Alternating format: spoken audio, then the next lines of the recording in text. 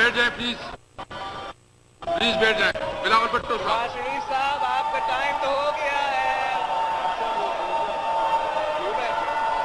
बड़ी जमातें ने आज हरकत किया है।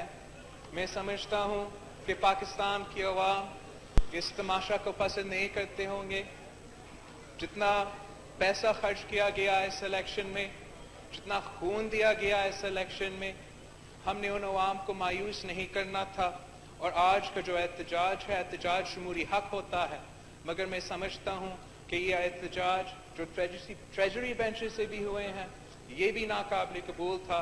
और मिस्टर स्पीकर, मैं एक्सपेक्ट करता हूँ कि आप अपना हाउस को आगे जाके ऑर्डर में रखेंगे।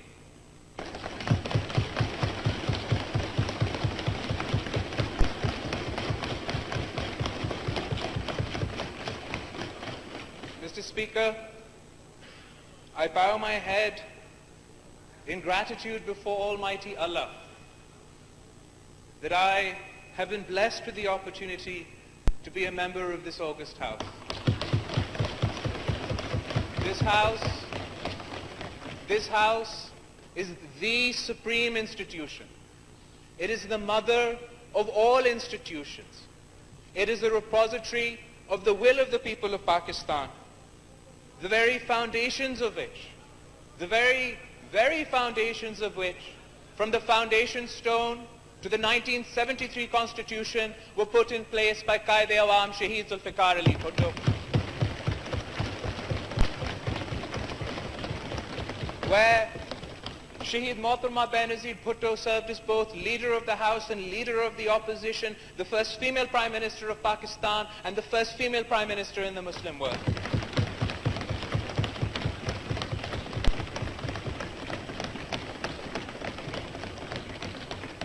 It is indeed a great honor and a challenge for me to be here today. ये जो अवाम का घर है, it has survived attacks from both within and from without.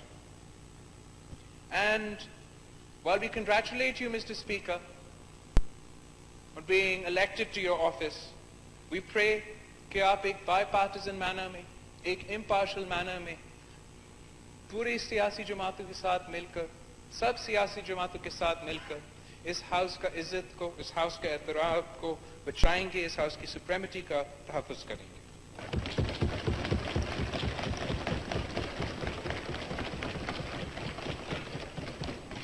Mr. Speaker, I would like to start by paying tribute to Shaheed Haroon Bilawal and the 20 martyrs of the Peshawar attack. I would like to pay tribute to Shaheed Siraj Raisani and the 128 martyrs of the Mustung attack. I would like to pay tribute to Shaheed Ikramullah Gandapur. I would like to pay tribute to the 32 martyrs of the election day, Quetta attack. I would like to pay tribute to all the victims of violence in this election, Mr. Speaker, from law enforcement agencies to police to the citizens of Pakistan. In an election, Mr. Speaker, that the Election Commission of Pakistan called peaceful across the country. Mr. Speaker, we have gotten used to having bloody elections after bloody elections. We lose lives we never get back. The dead never get justice. The survivors never get answers. This must change, Mr. Speaker, and this is why the Pakistan People's Party demands a full-fledged investigation into each and every terrorist attack that took place this election cycle. The facts must come out and must be presented before this House, Mr. Speaker.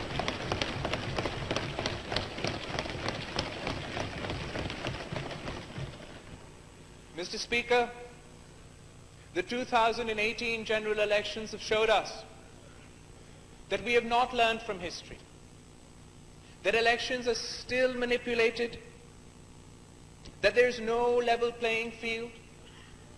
We saw media hype for some and media blackout for others. We saw some candidates get their results within 2 hours, and others it took 3 days. There was pre-poll rigging, Mr. Speaker, and there was post-poll rigging. Form 45s are missing to this day. Polling agents were kicked out of polling stations across the country. The supposed failure of the RTS system, the continued violation of the Electoral Act 2017. The list is long, Mr. Speaker, and the list is shameful, Mr. Speaker. Despite our reservations, despite having rejected the electoral process, the Pakistan People's Party decided to be a member of this House, to take part of the democratic process, to not allow for any untoward incidents towards our fragile democracy.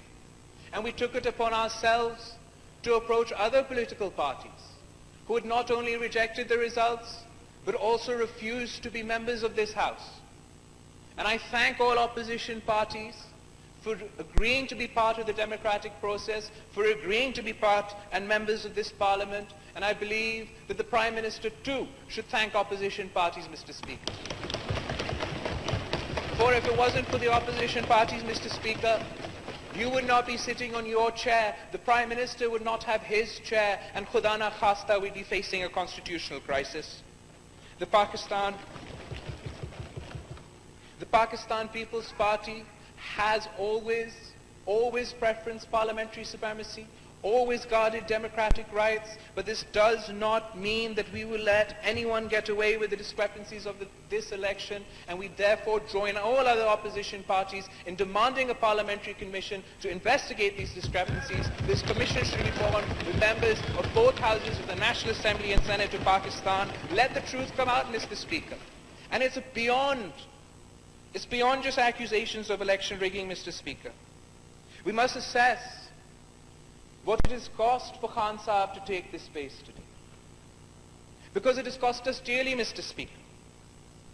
We've compromised on our democracy. We've lost our freedoms. Freedom of association, freedom of dissent, freedoms of the press. We've compromised on our fundamental human rights, Mr. Speaker. We've ceded space of this Parliament. We've weaponized 62 and 63. We've mainstreamed extremism. We've exploited religion for political gain. We've pitted one Pakistani against another, Mr. Speaker. And worst of all, we've taught an entire generation of Pakistanis that might is right. I hope, Mr. Speaker, that the price we've paid is worth paying, because we'll be paying this price for generations to come. In addition to these challenges, Mr. Speaker, in addition to these democratic challenges, Mr. Speaker, our country faces many problems. Our Prime Minister-elect has promised to deliver a roadmap within his first 100 days. I look forward to seeing how he will create 10 million new jobs, build 5 million new homes, end poverty, end corruption, end our water crisis, reinvigorate our industries, support our farmers, and lest we forget, create the South Punjab province.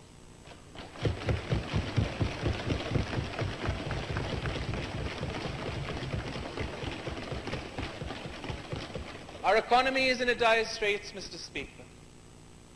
We're drowning in debt.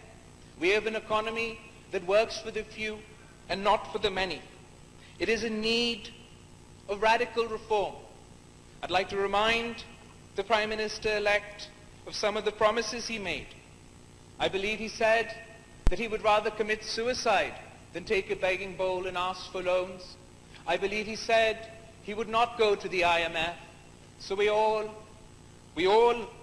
are in anticipation for what alternative plans will be presented to remove us from these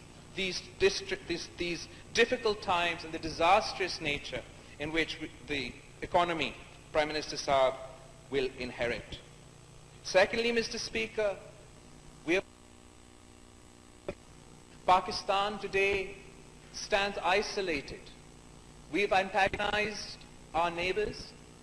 We've lost our prestige on the world stage. And while this narrative is hurtful, because Pakistan has sacrificed so much in the fight against violent extremism, Pakistan is seen as part of the problem and not as part of the solution. And while I'm sure the new government will take all efforts to take Pakistan's in the world, to explain Pakistan's position in the world, we also must find the courage, Mr. Speaker, to look inwards. We must find this courage to look inwards and address our own faults. If we do not find the courage to confront violent extremism, it will not only have consequences for our foreign policy, it will not only antagonize the world at large, but it will damage the future coming generations. It will damage the future of our coming generations in Pakistan. It should be the incoming government's top priority. I believe that the government is committed. I believe that the government is committed to implementing the National Action Plan, and the opposition will hold them accountable to that promise. However, Khan Sahib got here, Mr. Speaker. He is now to be the Prime Minister of this worthy nation. The people of Pakistan are looking to him to solve their issues through us, the democratically elected representatives of the people. मैं वज़ीर आज़म elect को मुबारकबाद देने के साथ साथ ये याद दिलाना चाहूँगा कि वो किसी मखसूस जमात का वज़ीर आज़म नहीं है, वो पूरा पाकिस्तान का वज़ीर आज़म है, हर पाकिस्तानी का वज़ीर आज़म है. He is also the Prime Minister of those Pakistanis he called Zinda Lashe. He is also the Prime Minister of those Pakistanis he called donkeys. He is also the Prime Minister of those Pakistanis he referred to as goats and sheep. वज़ीर आज़म पाकिस्तान की हैसियत में mister speaker, वज़ीर आज़म पाकिस्तान की हैसियत में mister speaker, मुझे उम्मीद है कि खान साहब माजी के नफरत अंगेज सियासत से गुरेज करेंगे, अपनी इंतहा पसंदी की सियासत से गुरेज करेंगे और जिस इंटॉलरेंस की कल्चर को आज तक फरोग देते आए हैं उसको दफन करके पूरे मुल्क को साथ लेकर चलेंगे.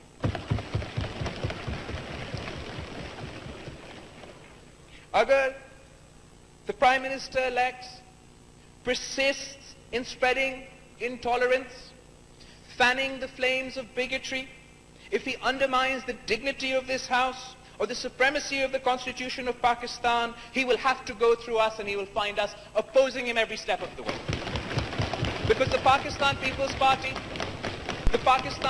Party has never and will never compromise on the interests of the people of Pakistan, compromise on the interests of democracy, or compromise on the interests of this great country.